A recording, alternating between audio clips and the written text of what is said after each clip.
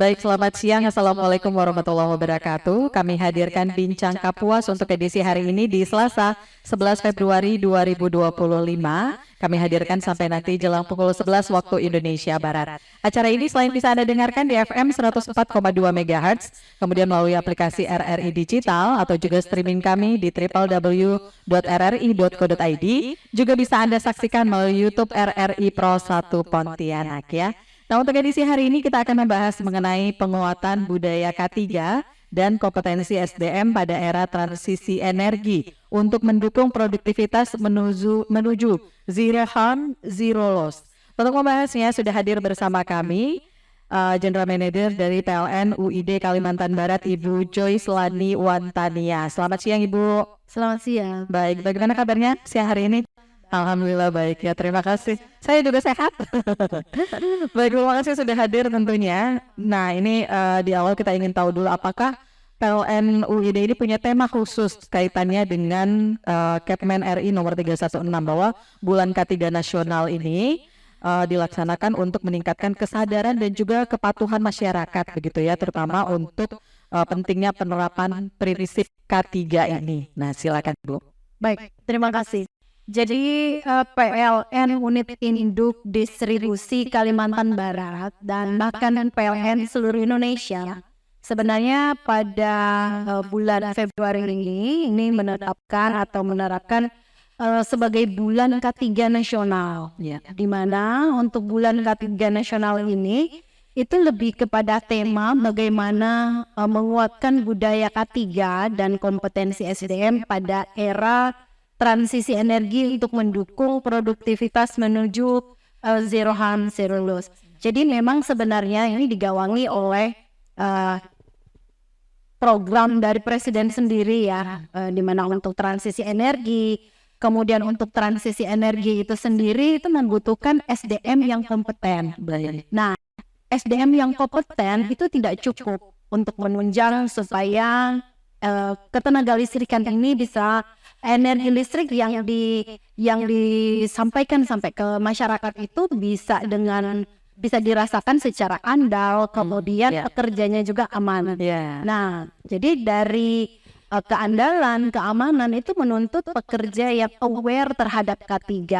Dengan demikian, penguatan budaya K3 ini dirasa memang sangat perlu dan sangat penting karena itu juga yang nanti akan mendukung produktivitas ke depan, mendukung apa yang menjadi harapan dan cita-cita masyarakat, kemudian keinginan dari masyarakat untuk mendapatkan kualitas dari listrik ini.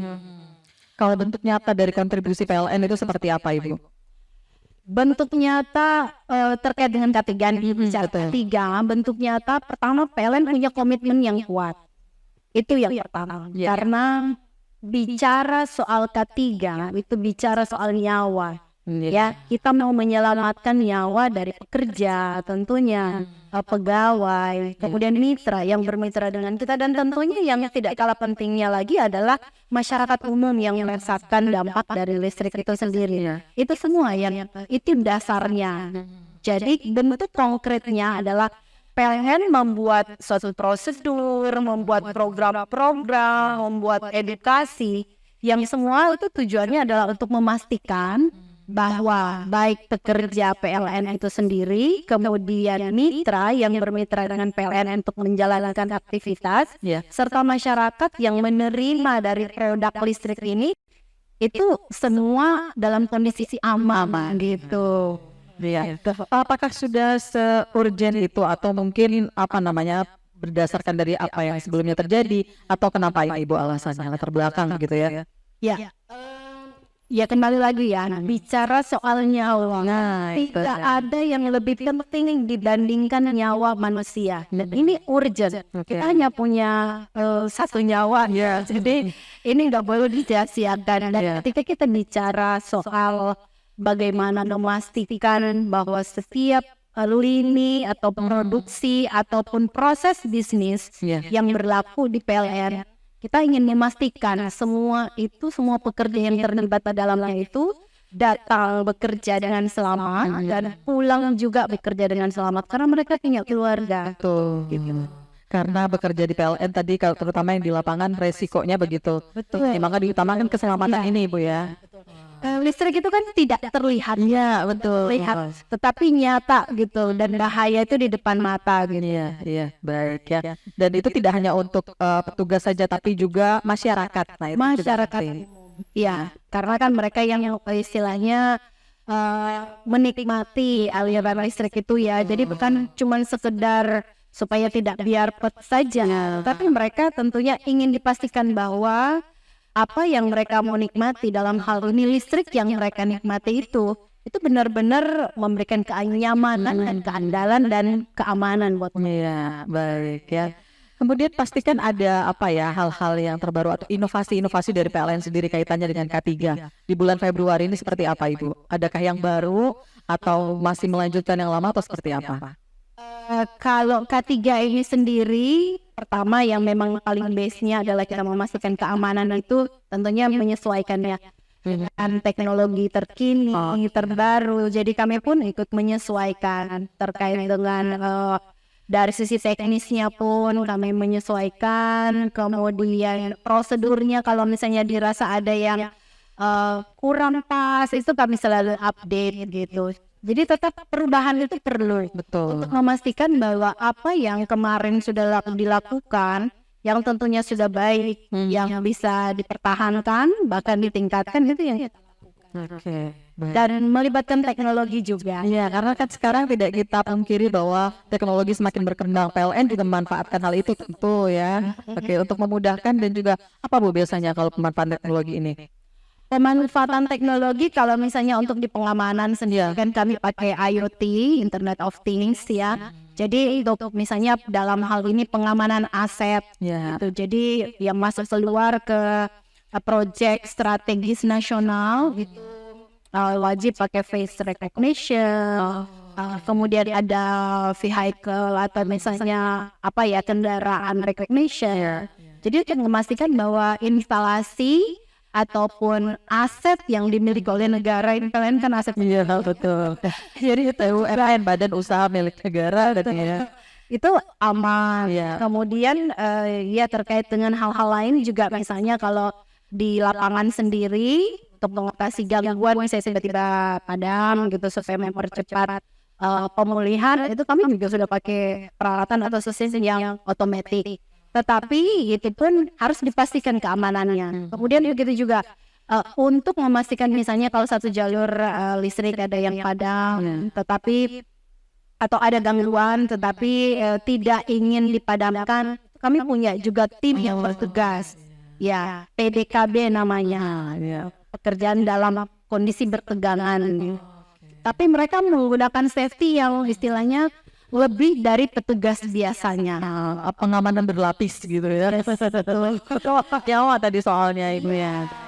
Itu nggak boleh main-main dengan nyawa. Itu komitmen utama karena ya kalau satu pekerjaan kemudian akhirnya mengakibatkan fatality, itu bukan cuman pertanggungjawabannya bukan cuman soal kinerja secara korporat saja atau unit induk kami saja, tetapi itu ada pertanggungjawaban di akhirat juga ketika kita membuat sesuatu yang ternyata di situ ada unsur kelalaian kita yang juga merasa berdosanya. Tuh, ada tanggung jawab di situ ya. Apalagi kalau yang ada keluarganya segala macam. Walaupun memang bahaya ada bisa terjadi di mana saja, tapi antisipasi pasti ya. Memastikan bahwa segala sesuatu itu berlapis.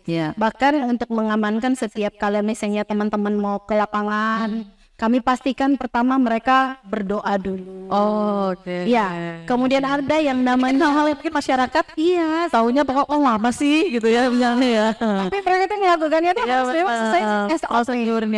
SOP yang pertama dan paling mendasar adalah menyerahkan segala sesuatunya kepada Allah Subhanahu wa Ta'ala Yang Maha Esa. Tapi sambil itu kita bermohon juga untuk kesehatan, untuk keselamatan kita, untuk ketepatan pekerjaan, kebermanfaatan dari pekerjaan itu.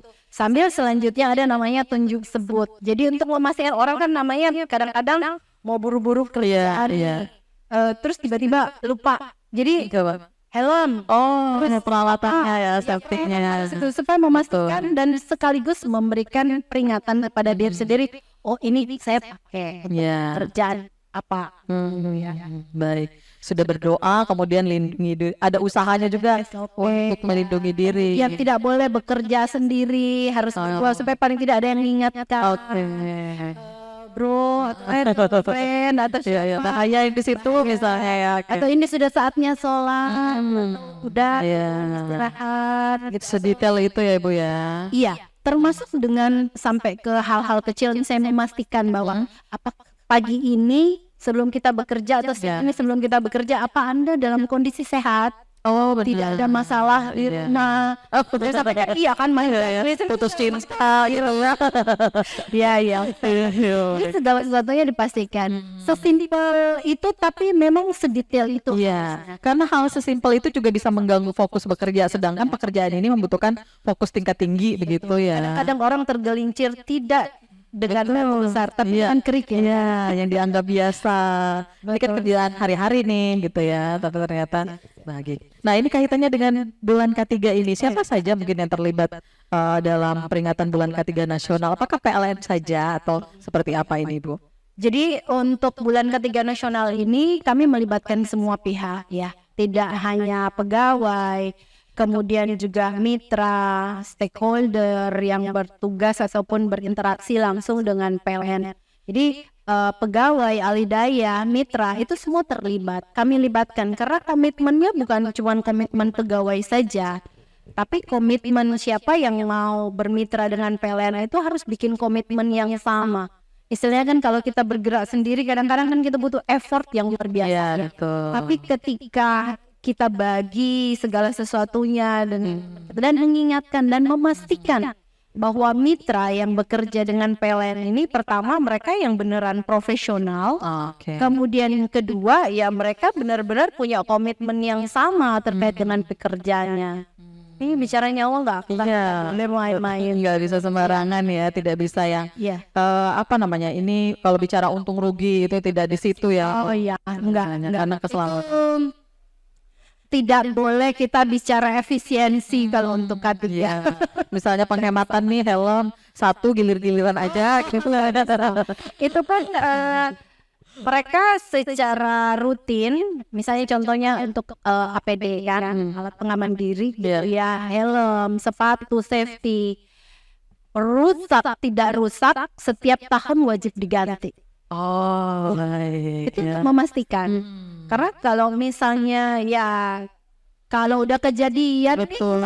salah-salahin juga udah Hal kecil kayak sepatunya nggak bagus, terpeleset dan lain sebagainya. nyoba solnya ada apa gitu manjat tiba-tiba kepleset. Ya, antisipasinya seperti itu. Atau tali helm misalnya ternyata sudah digigitin tikus gitu. Apapun bisa terjadi ya Ibu ya. Jadi pas mau dipakai juga harus dicek lagi berarti peralatan-peralatan. Itu makanya yang saya sampaikan tadi, kita masih tunjuk sebut untuk memastikan segala sesuatunya sebelum kita bekerja. Selain berdoa juga tadi ya. Iya. Baik. Nah, jadi apa tadi kaitan dengan nyawa memang seperti itu harus sangat-sangat diperhatikan, termasuk mitra-mitra juga tadi ya, Iya. dengan pihak yang terlibat ini. Betul. Dan untuk mitra sendiri, kami memastikan bahwa mitra yang akan dan bekerja sama dengan PLN, pertama mereka harus punya sertifikasi kompetensi, ya, untuk jenis pekerjaan tertentu. Kemudian pihak perusahaannya memastikan bahwa segala sesuatu hak dan kewajiban terutama yang harus mereka penuhi soal safety itu wajib. Dan di samping itu ada juga raport buat mereka. Oh, ada penilaiannya juga. Yang dievaluasi Setelah apa biasanya? setiap semester dan di akhir tahun itu kita sampaikan ke mereka bahwa kalau ada yang ini nih saat kami gelar pasukan dan gelar peralatan ternyata sarung tangannya udah bolong, ternyata ini ada sepatu yang harusnya diganti kok nggak diganti, nggak sesuai standar gitu ya. Jangan-jangan kalian sudah kasih ke pekerja tapi pekerja kan biasa kan orang eman masih bagus. Nah itu jadi bahan evaluasi. Dan kami setiap kalau ada melakukan gelar perawatan gitu tuh sampai pakai checklist gitu. Ini benar apa enggak gitu ya. Iya baik. Sedetail itu memang tadi Ibu ya sudah disampaikan. Bahkan ke mitra juga ya, jangan sampai kecolongan begitu. Dari PLN sudah sebaik mungkin, tapi ternyata mitra yang tadi mungkin ada sayang nih masih bisa dipakai gitu ya. ya orang Indonesia Ibu itu biasa gitu ya suka sayang, tapi ini tidak boleh begitu ya. tidak boleh. Kita no toleransi, apalagi kan sekarang bukan cuman zero loss tapi zero harm. Jadi sampai ke cacat atau lalai atau apa tuh nggak boleh. Ya. Betul ya. Baik, jadi jangan sampai sebenarnya sudah disediakan, sudah sudah terus diingatkan begitu, tapi jangan sampai karena diri kita yang lalai, karena menganggap sepele mungkin ya, berefek juga pada orang lain dan instansi kita. Begitu sih ya. Efeknya. Kan ujung-ujungnya kita tahu ini segala sesuatunya kan investasinya menggunakan anggaran negara ya. Betul. Perlu kita dan wajib kita pertanggungjawabkan buat negara, buat bangsa, buat masyarakat. Dan bang, tuh duit kita tuh dipakai buat apa?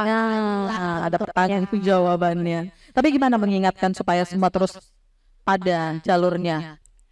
Jadi ya ini PR yang Manusia banyak macam-macam begitu tingkahnya gitu. Tapi kita juga harus bikin program-program yang beragam.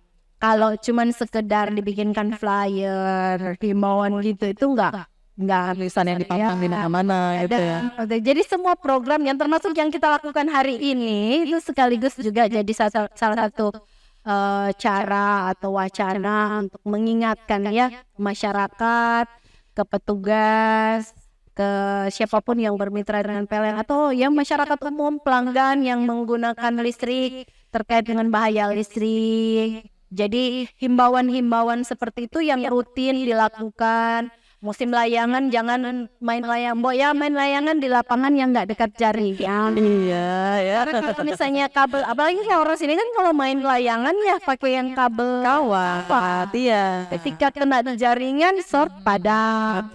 Ada gardu yang kena meledak ya gardunya. Kalau cuman sampai di aset gitu ya mesti kami ya paling tidak bukan juga excuse ya. Karena itu duit negara tadi. Tapi paling tidak kami masih bisa perbaiki. Tapi kalau yang bersangkutan yang kena tegangan, terus luka bakar, cacat, atau meninggal ya. Kita nggak minta tapi sudah tahu fatality itu kan yang kita hindari. Dan itu sebenarnya hal sepele tapi banyak yang belum diketahui atau banyak juga yang diabaikan. Nah makanya edukasi terus kemudian bahkan teman-teman petugas K3 tiap unit bahkan di sub unit itu bahkan ada yang sampai door to door. Terutama kalau rumah-rumah atau bangunan yang jaraknya tuh sangat dekat dengan jaringan kami.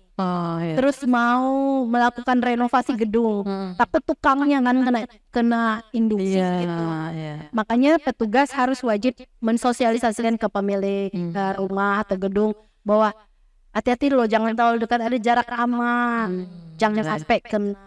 Jadi seperti itu dan kami melakukan secara intens dan masif. Bahkan door to door tadi ya. Iya. Dan kita harapkan masyarakat juga ini ya menerima gitu loh. Begitu petugas datang, kerjasamanya baik begitu kan, karena ini untuk keselamatan bersama tadi. Kadang-kadang kan ada yang kayak bangun gedung sendiri atau memperbaiki listrik sendiri tuh suruh aja sih ini, dia kayaknya pandai gitu. Iya. Alhamdulillah kalau di Pontianak ini sebagian besar sudah punya kesadaran. Betul. Angka terkait dengan kecelakaan masyarakat itu menurun drastis dari tahun ke tahun, sehingga ya kami mengasumsikan bahwa ini cukup teredukasi, tapi tetap kami akan terus mengedukasi dan tidak kenal lelah. Bahkan door to door itu yang saya salut ya, kadang sebenarnya petugas pekerjaannya ya banyak begitu ya, tapi disempetin begitu, harus program. Jadi bukan cuma soal nyawa kita, tapi nyawa orang lain juga.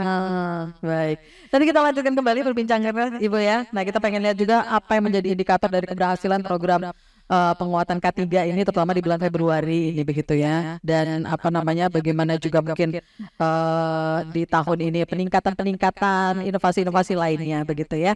Baik, kami akan kembali lagi, kita jeda dulu, tetap bersama kami di Pro 1 RRI Pontianak.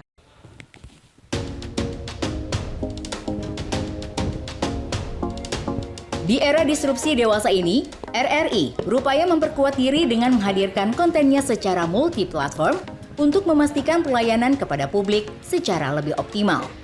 Kini, RRI bukan hanya dinikmati melalui radio, melainkan juga portal berita online, platform digital, media sosial, dan juga komunitas yang selama ini meramaikan berbagai kegiatan offline di RRI.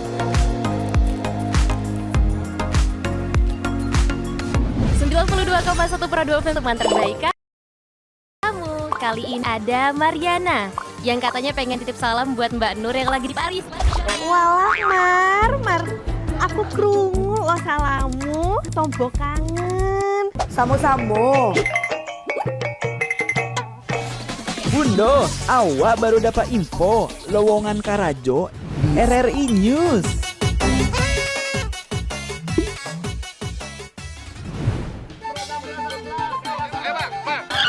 Nyanyi lagu apa kita, Pace? RRI digital saja toh.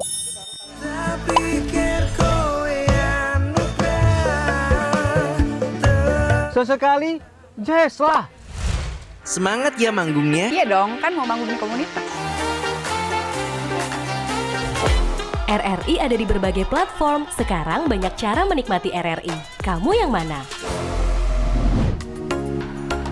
5 pilar RRI yang terdiri dari radio terestrial, portal berita online atau RRI News, platform digital yang bernama RRI Digital, media sosial dan komunitas yang menjadi andalan RRI selama ini adalah pilihan strategi RRI untuk menghadirkan konten di era disrupsi media, serta untuk memastikan keberadaan RRI yang terus memiliki relevansi bagi masyarakat.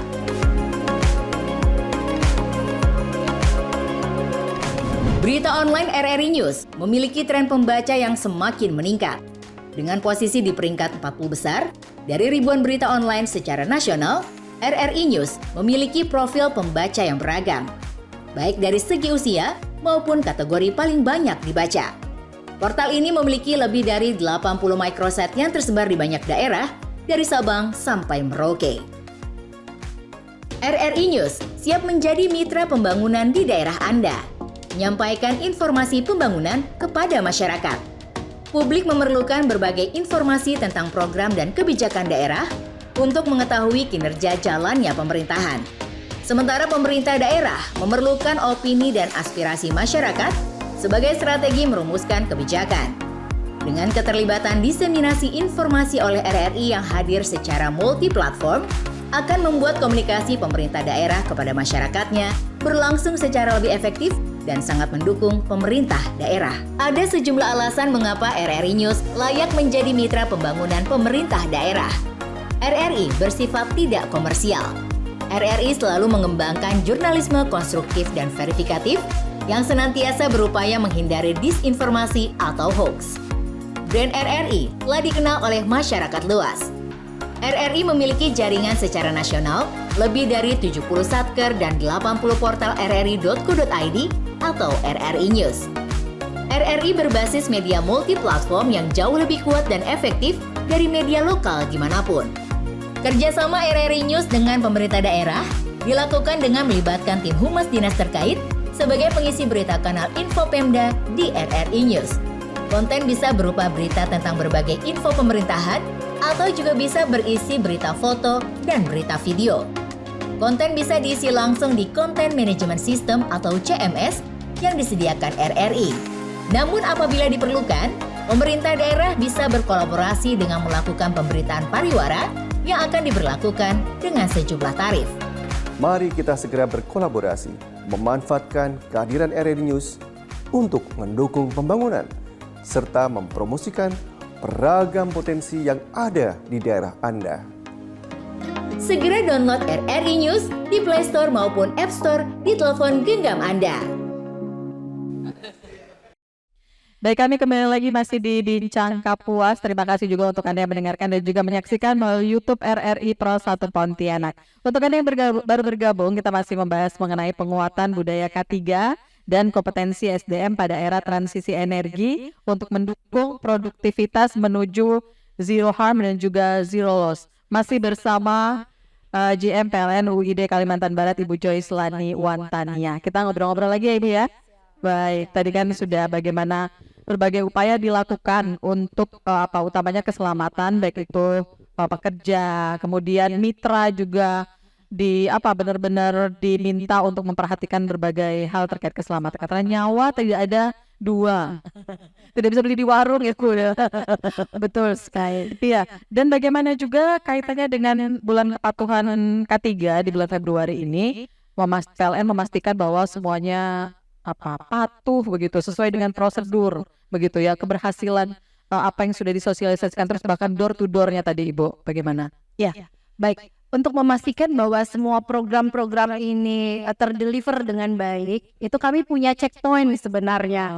Jadi ada checkpoint bulanan, kemudian ada checkpoint mingguan, nah, yang terus di-deliver sampai ke subunit terkecil itu menjadi checkpoint harian, bahkan sampai ke tiap item pekerjaan yang nantinya diakumulasi dalam bentuk kinerja.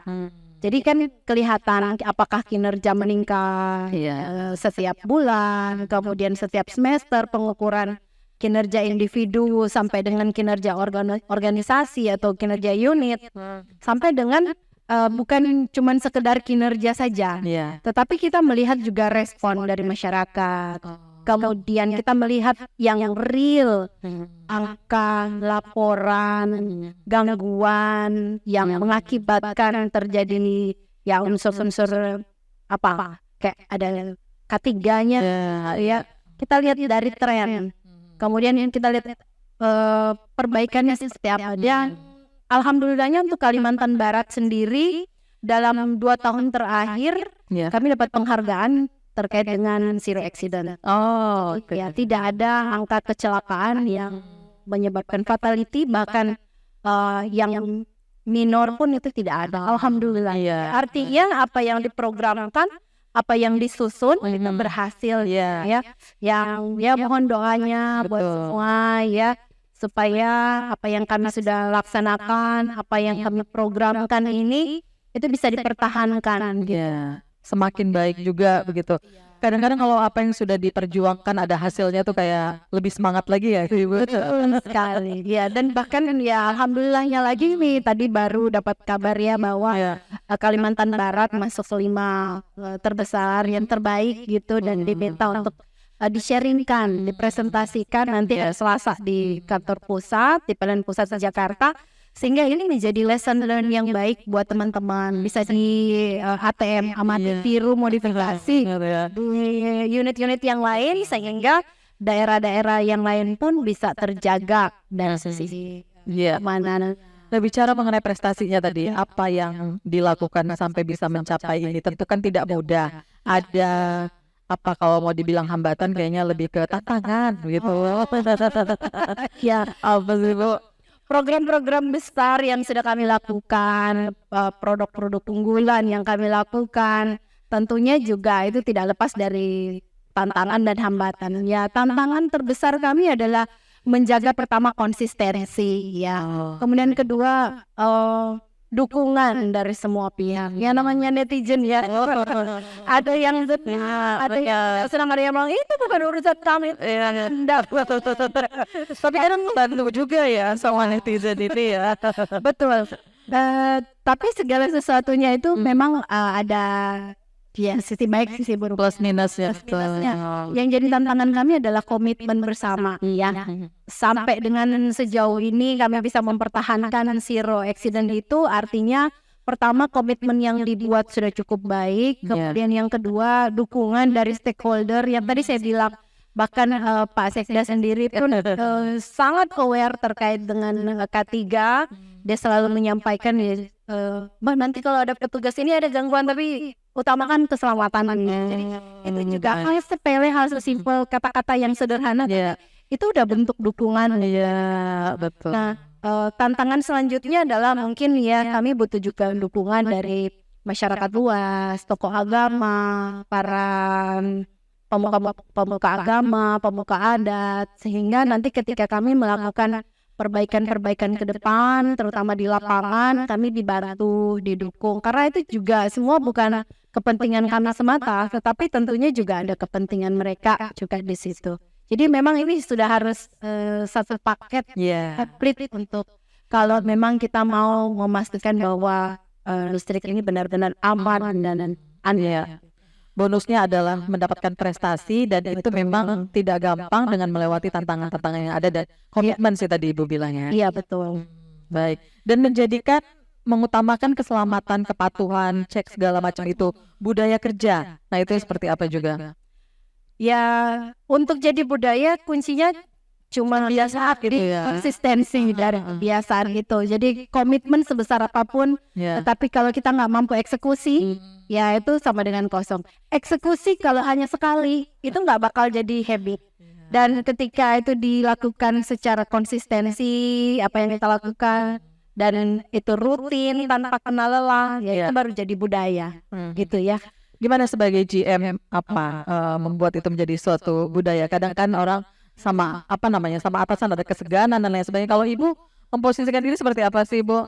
Ini apa ya tips-tipsnya ya?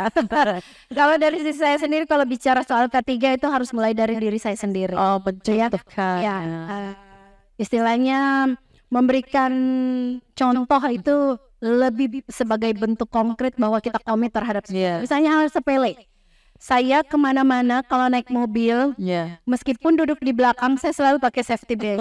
Ayo, pakai motor dari atas ya. Saya meskipun kemana-mana tidak harus duduk di depan, duduk di belakang pun saya harus menggunakan safety belt karena itu disediakan dan itu pertama itu merupakan bentuk mengamankan diri ya. Kadang orang kan nggak peduli, ngapain soalnya di belakang repot banget ya. Tapi ya itu bentuk keselamatan dan itu bentuk konsistensi kita. Sehingga orang ketika duduk di mobil atau semobil dengan saya gitu, lihat saya udah langsung ada rasa ibu aja pakai gimana. Kemudian kalau ke unit, saya kemana-mana tuh di mobil pasti bawa helm, jadi pakai helm. Even kapan hari itu waktu saya mau ke daerah Sanggau di jalan lihat orang kerja itu saya mau sidak gitu ya. Saya turun, saya ambil helm terus turun, terus saya langsung nih saya koreksi ya, kamu tuh nggak pakai sarung tangan, mana sarung tangan? Semua langsung pada panik.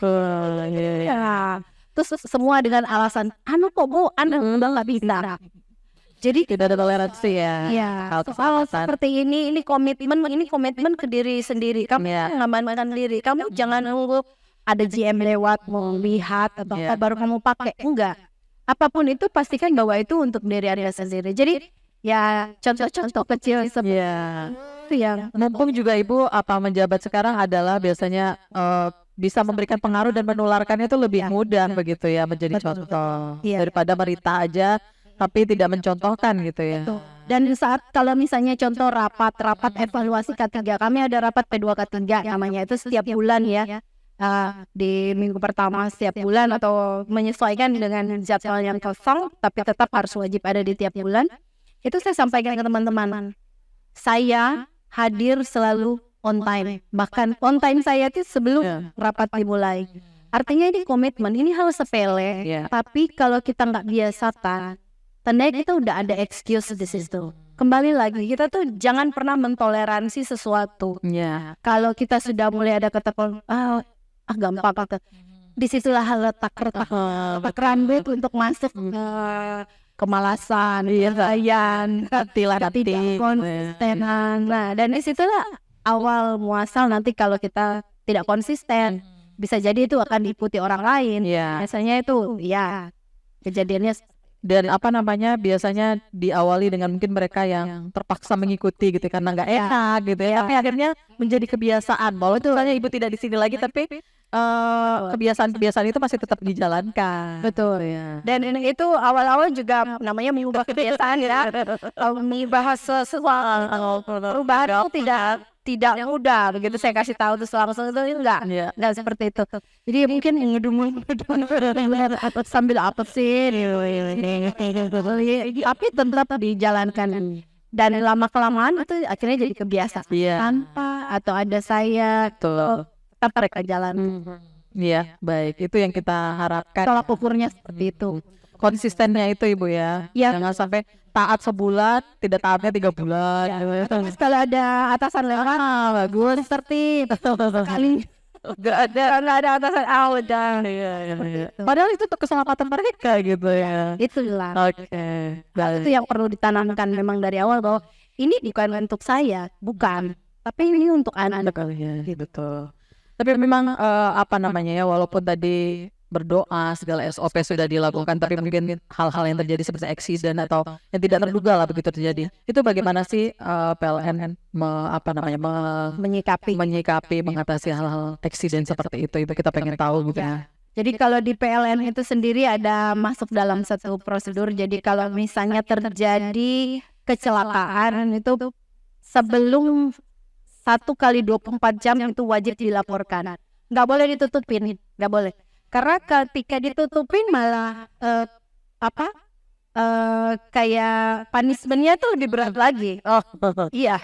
Jadi kalau dilaporin itu berani jujur itu diberikan penghargaan. Dan tujuannya bukan untuk mempanis sebenarnya, tetapi untuk memberikan lesson learned. Evaluasi juga sebenarnya. Dan evaluasinya itu berlapis. Jadi ketika terjadi kecelakaan kita harus melaporkan sebelum 1x24 jam. Kita membuat kronologis, kemudian kita bikin lesson learn-nya apa. Kemudian itu nanti ada tim dari PLN pusat yang melaksanakan sidang engineering. Iya, jadi kita tuh di sidang. Wah, itu kalau dengar sidang kan pasti secara mental tuh pertama kita udah merasa berdosa ya. Kemudian kita merasa takut karena di sidang. Kemudian ini disaksikan semua orang se-Indonesia. Dari pusat ya soalnya ya. Dari pusat dan itu Zoom mengundang semua dari Sabang sampai Merauke. Jadi seolah-olah lihat nih kayak lagi di sidang ya. Dan tidak sampai di situ saja.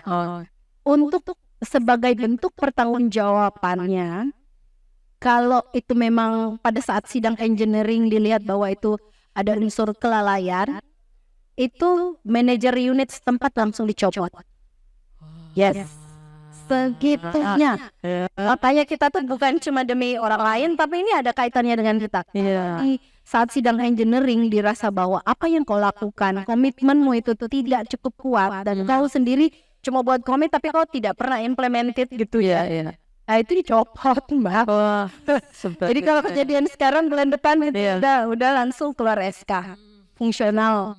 Ada bahkan kalau tahun kemarin fungsional di tempat. Jadi kita mau orang Sulawesi pun kalau kejadiannya di mana di Pontianak di Kalimantan Barat gitu ya. Iya betul. Tapi kan punishment seperti ini memang supaya lebih menjadi pelajaran supaya lebih waspada lagi gitu ya. Jadi ada stick, ada carrot gitu ya. Jadi ada stick itu mempunishment, tetapi kalau yang ada misalnya tadi kayak Kalimantan Barat gitu ya. Zero accident berturut-turut itu ada reward. Jadi gitu.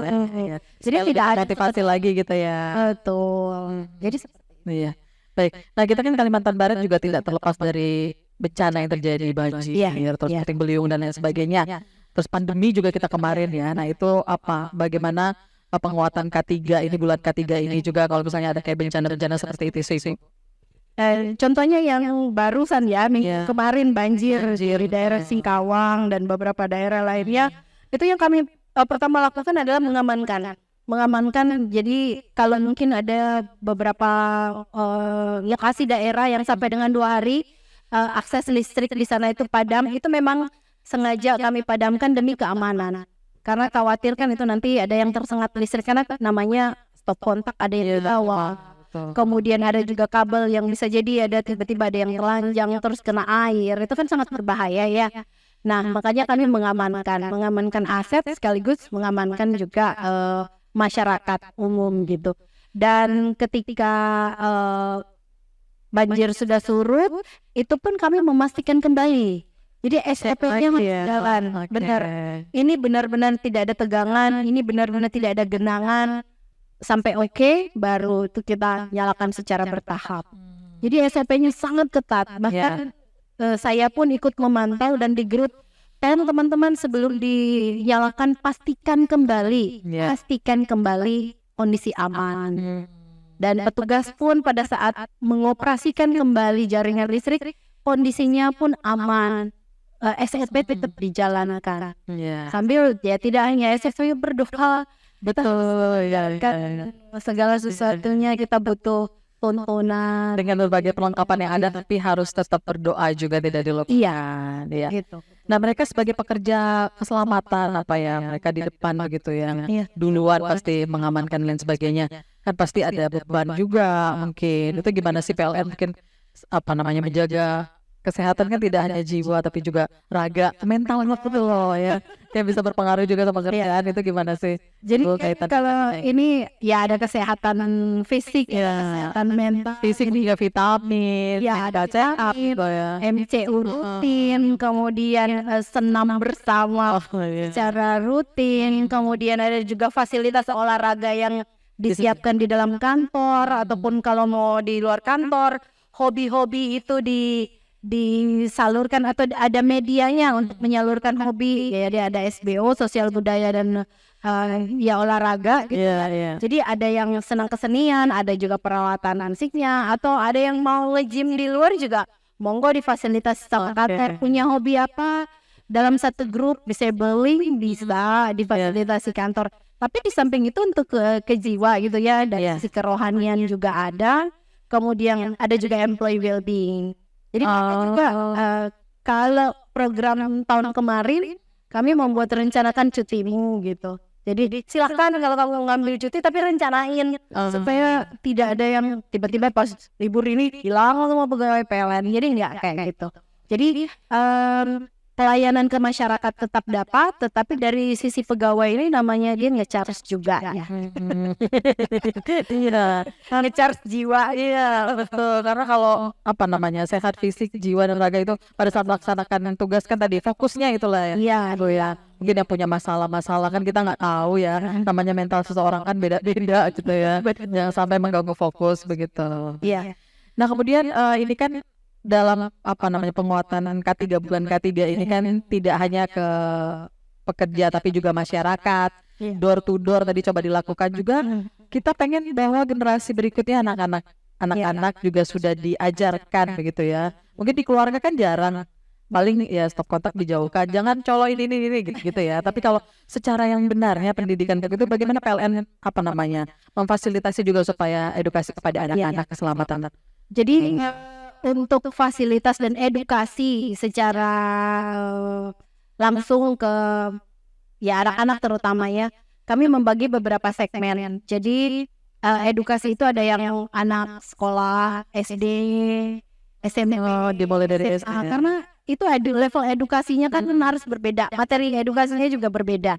Bahkan ada taman kanak-kanak. Kalau dulu saya di Kalimantan Timur ada taman kanak-kanak yang kami undang untuk datang mengunjungi instalasi. Jadi lihat ini jaringan apa namanya. Terus kalau di rumah ini loh yang berbahaya, ini nggak boleh disentuh. Bidonsnya seperti apa. Jadi diedukasi, tetapi tentunya mereka diedukasi dengan bahasa yang robek kan ya. Dengan bahasa yang mudah mereka bahkan dipancing seperti apa mereka atau yang ingin ditahu terkait dengan PLN itu seperti apa. Ada video-video edukasi. Kemudian kita ke sekolah-sekolah. Nah tahun ini rencananya 3 kali nanti akan kunjungan ke sekolah. Sekaligus juga nanti di bulan Juni kayak yang Hari Anak Nasional ya. Nah, biasanya itu kami Oke, ada momen-momen yang dimanfaatkan juga untuk memberikan edukasi seputar listrik gitu ya. Tapi kalau secara umum apa sih, misalnya saya sebagai orang tua gitu ya, hal-hal umum yang bisa kita jelaskan sama anak-anak untuk keamanan listrik itu seperti apa sih Ibu? Ya yang paling pandai gitu ya. Jangan menyentuh sumbernya.